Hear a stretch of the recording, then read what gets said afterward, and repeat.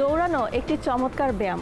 এই দৌড়ানোর কারণে আমাদের ওজন নিয়ন্ত্রণে থাকে, ক্যালোরি বার্ন হয় এবং আমরা মানসিক এবং শারীরিকভাবে ফুরফুরে থাকি।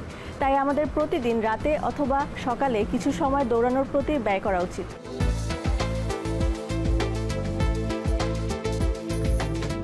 বর্তমান সময়ে ফিটনেস সচেতনতা অনেক বেড়েছে। আমরা যদি দেখি এখন মানুষ আসলে হেলদি লাইফস্টাইল কিংবা লাইফস্টাইল ট্রেন্ডিং, কী খাবো, কখন খাবো, ক্যালোরি ট্র্যাকিং করা, এই ধরনের বিষয়গুলোকে অনেক বেশি ফোকাস দিচ্ছে।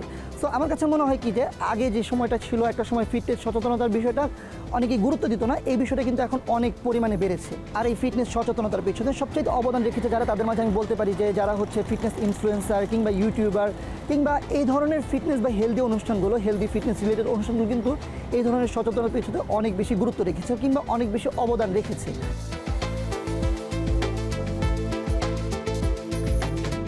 আর এছাড়াও দেখা যাচ্ছে যে বর্তমান সময়ে তরুণরাই কিন্তু অনেক হার্ট অ্যাটাকে আক্রান্ত হচ্ছে, বিভিন্ন রোগে আক্রান্ত হচ্ছে।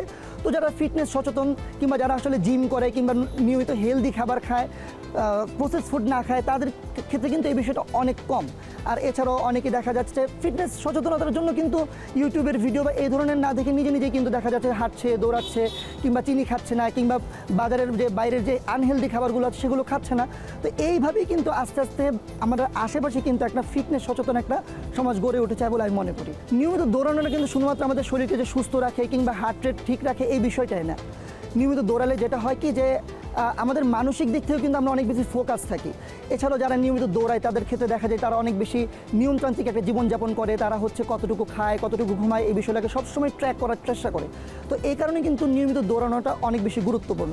কিংবা দেখা যায় কি সকালবেলা একটা টিম করে দেখা যায় বিভিন্ন এলাকায় তারা হাঁটছে, তারা দৌড়াচ্ছে, তারা বিভিন্ন জায়গায় যাচ্ছে এবং এভাবে কিন্তু তারা বিভিন্নভাবে ফিটনেসের যে সচেতনতা সেটা কিন্তু অনেক বেশি এগিয়ে যাচ্ছে এই বিষয়টার ক্ষেত্রে।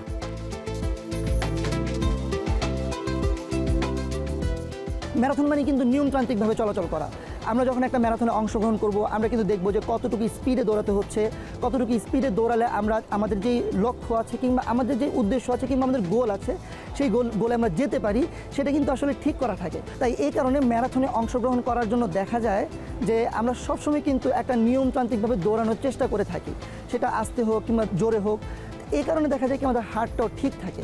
এই সমস্ত বিষয় বিবেচনা করলে দেখা যায় যে দৌড়ানো এবং ম্যারাথনে অংশগ্রহণ করা এই দুটা বিষয় অনেক গুরুত্বপূর্ণ। দৌড়ানোটা শুধুমাত্র আসলে যে আমাদের হার্ট রেট ঠিক রাখা কিংবা শারীরিক সুস্থতা তাই না, এর মাধ্যমে আমাদের মানসিকভাবে আমরা অনেক বেশি রিল্যাক্সড হই, আমরা অনেক বেশি ফোকাস থাকি।